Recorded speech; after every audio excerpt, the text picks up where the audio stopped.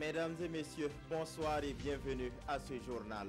La saison des pluies rime avec plantation d'arbres. Et la commune de Kamti ne déroge pas à la règle. Là-bas, plus de 500 arbres ont été plantés ce 25 août dans l'enceinte de la mairie. Détection de talents en art plastique au centre artistique et culturel Napambeogo. 150 enfants de 6 à 17 ans se sont familiarisés avec les techniques de vernissage, les notions de couleur et de représentation.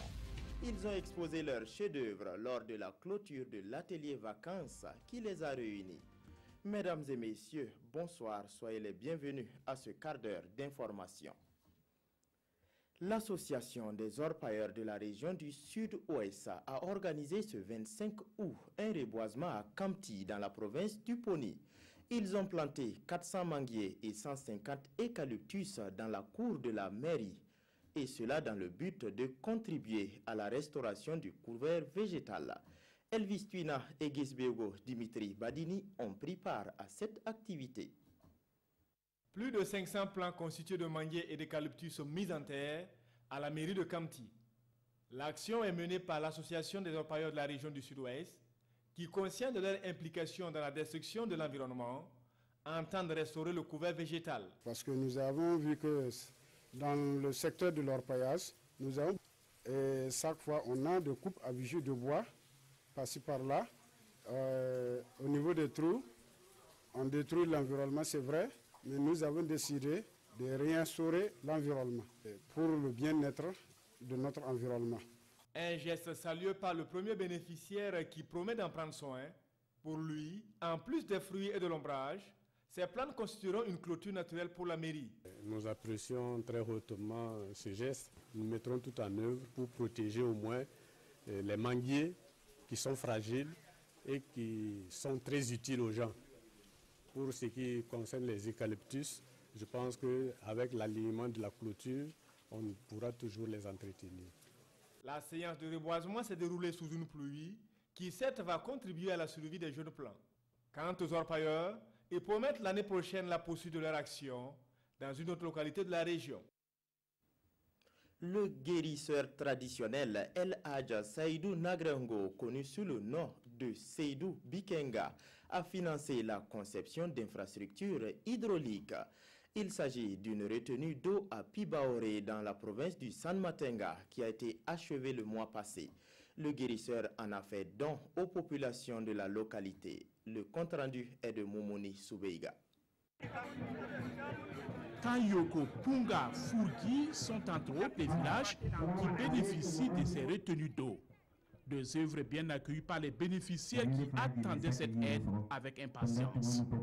La question de l'eau est assez criarde dans cette zone.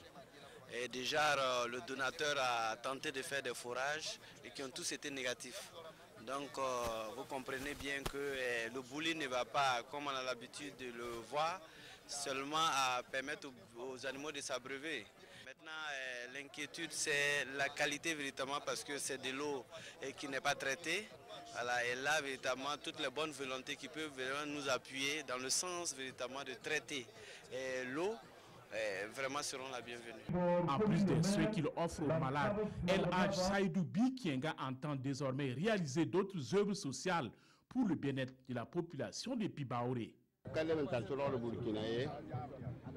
Depuis que je suis né, je ne sais rien faire d'autre que de prendre soin des autres. C'est ce qui fait qu'on me connaît à travers le monde. Je compte continuer dans mes bonnes œuvres. Le docteur Bachir Ismaël Ouedraogo, ministre de l'Énergie, parraine la cérémonie de remise de ces infrastructures. Il a traduit toute sa reconnaissance aux donateurs. C'est vraiment quelqu'un qui a encouragé et a accompagné parce que nous avons besoin donc de messieurs de ce genre qui ont la possibilité donc de nous aider avec des partenaires. Vous savez, sur le chemin donc du développement, ce n'est pas facile. L'État seul ne peut pas tout faire. Il y a un problème criard en matière d'eau. Ces réalisations s'élèvent à plus de 90 millions de francs CFA. Et ce sont au total 9 villages de la commune qui en bénéficient.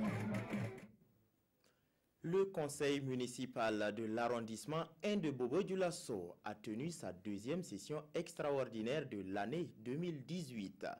6 points étaient à l'ordre du jour et ces points ainsi que leurs enjeux sont détaillés par Lamine Karantao et Ismaël Saturnin Paris. C'est la deuxième fois dans l'année 2018 que le conseil municipal de l'arrondissement numéro 1 de Bobo-Dioulasso tient une session extraordinaire. Au cours de cette rencontre, les échanges porteront sur 6 points. Le premier point, c'est l'examen et l'adoption du PV de la session précédente, la deuxième session ordinaire.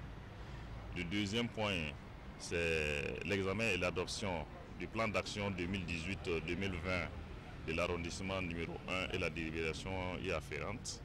Le troisième point, c'est l'examen et l'adoption du plan de développement institutionnel de l'arrondissement numéro 1. Le quatrième point, c'est communication de la société Image.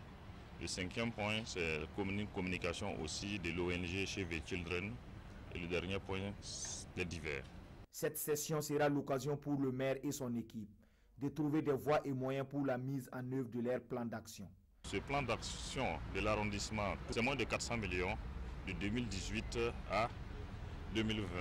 Et actuellement, au niveau de l'arrondissement 1, on tourne autour de 100 000 habitants. Si chacun accepte de donner ne serait-ce que 15 francs CFA par jour à l'arrondissement, en un an, on a mesure quand même de financer notre plan d'action au niveau de l'arrondissement 1 et le reliquat peut quand même nous servir à mener d'autres activités pour le bonheur de la population. La deuxième session extraordinaire de l'arrondissement numéro 1 de Bobo-Dioulasso s'étendra sur 2 jours.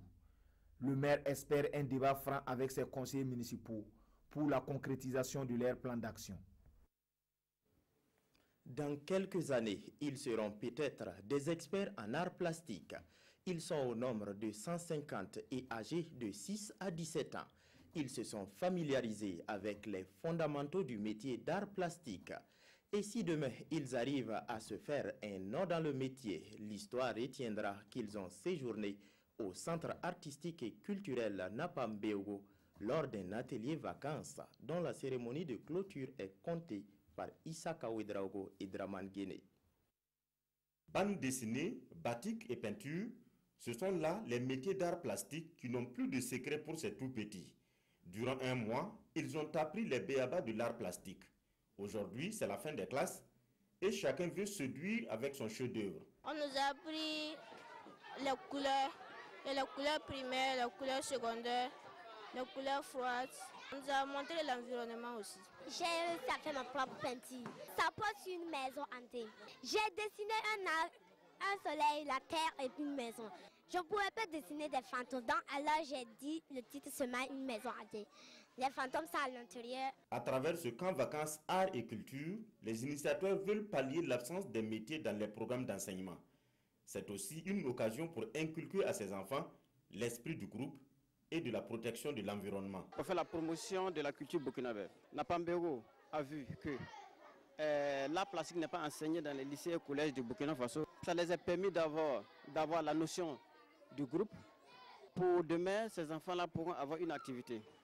Ce sont des activités aussi qui peuvent les permettre aussi de subvenir à leurs besoins. Pour les promoteurs, cette 4e édition a été un succès avec l'ouverture du 2e site de formation. Et cette volonté de multiplier les lieux d'apprentissage dans la ville de Ouagadougou va se poursuivre durant les prochaines éditions. L'univers médiatique au Burkina connaît un nouveau venu. Il s'agit de la chaîne de télévision Vox Africa, présente déjà dans les pays comme le Cameroun et le Gabon. Vox Africa s'installe aussi au Burkina pour se rapprocher davantage des Burkinabés. Les responsables de Vox Africa ont officialisé cette installation à travers un dîner qui a compté parmi les invités Roger Bembamba et Abdel Aziz Yagibou. C'est officiel. Vox Africa est désormais bien installée dans la capitale burkinabé. Basée à Londres, la chaîne panafricaniste franchit ainsi un autre pas dans sa marche vers la conquête de l'espace médiatique africain. Un nouvel exploit magnifié par ce dîner gala qui réunit les responsables de la structure et les techniciens burkinabés du domaine du journalisme et de la communication. Depuis 2 ans, nous avons décidé d'aller un peu plus loin en essayant d'avoir des bureaux pays. Donc c'est pour cela que nous sommes ici au Burkina. C'était une obligation de venir ici puiser toute la ressource nécessaire pour mener ce combat pour la restauration de la dignité africaine. Le Burkina Faso est l'un des premiers États africains dans lesquels Vox Africa a déposé ses valises. Une politique d'expansion motivée par le souci de contribuer à mettre fin aux clichés que les Africains eux-mêmes et le reste du monde ont du continent africain. Prenant la parole, le directeur du groupe Vox Africa a précisé que leur représentation à Ouagadougou vient dans l'esprit de compléter les chaînes locales burkinabè et non de les rivaliser. La soirée marquant cette installation officielle a été ponctuée d'un défilé de mode et des prestations d'artistes.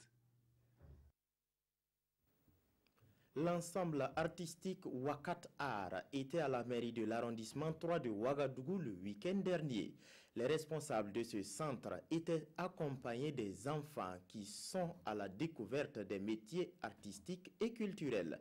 L'objectif est de permettre aux tout-petits de se familiariser avec le fonctionnement de l'exécutif local. Le film de la visite est signé Daouda Ouattara et Momoni Soubeiga. Les tout-petits dans les locaux de la mairie de l'arrondissement 3 de la ville de Ouagadougou. Ce sont des apprenants de l'association Wakat Art venus découvrir le fonctionnement de l'exécutif municipal et recevoir des conseils de son premier responsable. Je suis contente d'y participer à cette rencontre parce que ça me plaît. Ça me fait connaître à danser, à dessiner, à faire de la musique, à connaître les uns les autres. Le maire Inatou Ouedraogo salue l'initiative de l'association Wakat Art, une initiative qui va contribuer à promouvoir selon elle l'esprit d'éveil et de citoyenneté de ses enfants. Cette année spécialement, ils ont choisi la mairie de l'arrondissement 3 pour non seulement faire découvrir la mairie par ses enfants et faire connaître par ses enfants ce que la mairie fait en réalité. Avec les enfants, on a initié ce projet qui s'appelle le projet Les vacances artistiques et les découvertes culturelles, qui est un cadre d'épanouissement et l'éducation à la citoyenneté de l'enfant. Et nous, notre objectif avec ces enfants, c'est que ces enfants puissent épanouir et puissent avoir une éducation citoyenne à travers les arts et la culture. L'ensemble artistique et culturel Wakat Art est une association qui œuvre dans le domaine de la culture, des arts, de l'éducation et du social. Cette visite entre dans le cadre des activités de la 3e édition des vacances artistiques et découvertes culturelles qui se tient présentement dans la capitale burkinabè. Ainsi s'achève ce 19h. Merci de votre aimable attention. Je vous retrouve demain, même heure, même chaîne. Bonsoir.